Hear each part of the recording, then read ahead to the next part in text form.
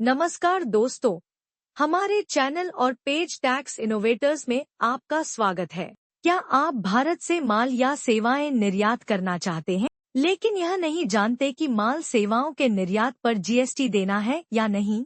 आज हम भारत से वस्तुओं सेवाओं के निर्यात के मामले में जीएसटी लगाने के बारे में जानेंगे।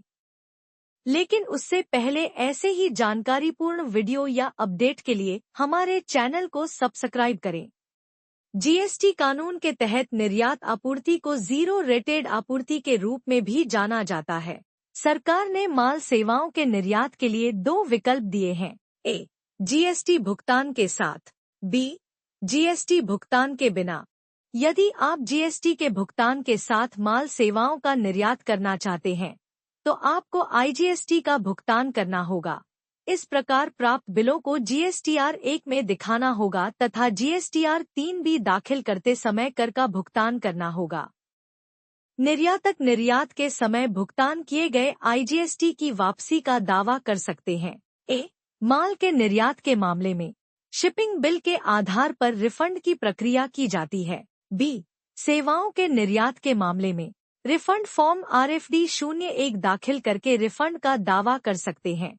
यदि आप जीएसटी के भुगतान के साथ माल सेवाओं का निर्यात करना चाहते हैं, तो आपको एक लेटर ऑफ अंडरटेकिंग LUT दाखिल करना होगा।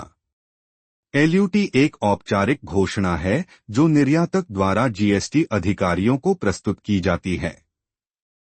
यह एक प्रतिबद्धता के रूप में कार्य करता है, जहां निर्यातक जीएसटी विभाग द्वारा निर्धारित विशिष्ट शर्तों को पूरा करने के लिए सहमत होता है।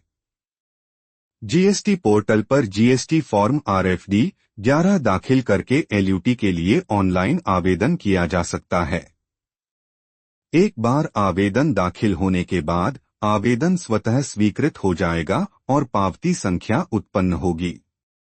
पावती संख्या उत्पन्न होगी जिसका उल्लेख निर्यात बिल पर किया जाएगा।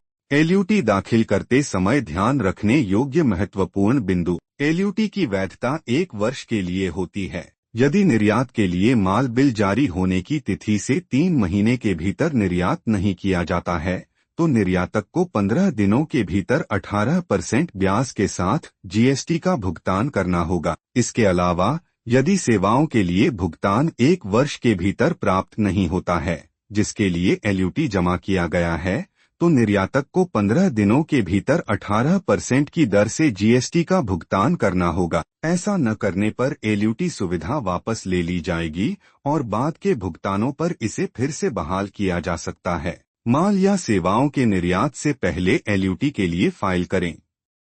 वित्त वर्ष 2025 से 2026 के लिए 31 मार्च 2025 तक या वित्त वर्ष 2025 से 26 में कोई निर्यात या SEZ आपूर्ति शुरू करने से पहले, जो भी पहले हो, LUT जमा करना अनिवार्य है। जब आप LUT फाइल करते हैं, तो उस स्थिति में इनपुट सेवाओं पर जमा कोई भी अप्रयुक्त ITC रिफंड के लिए उपलब्ध होगी। यदि आप सीखना चाहते हैं कि जीएसटी पोर्टल पर ऑनलाइन LUT कैसे दाखिल करें या किसी अन्य विषय पर जानकारीपूर्ण वीडियो तैयार करना चाहते हैं या हमारी सेवाओं का लाभ उठाना चाहते हैं, तो कृपया हमारे पेज या YouTube चैनल पर अपनी टिप्पणी छोड़ें। धन्यवाद।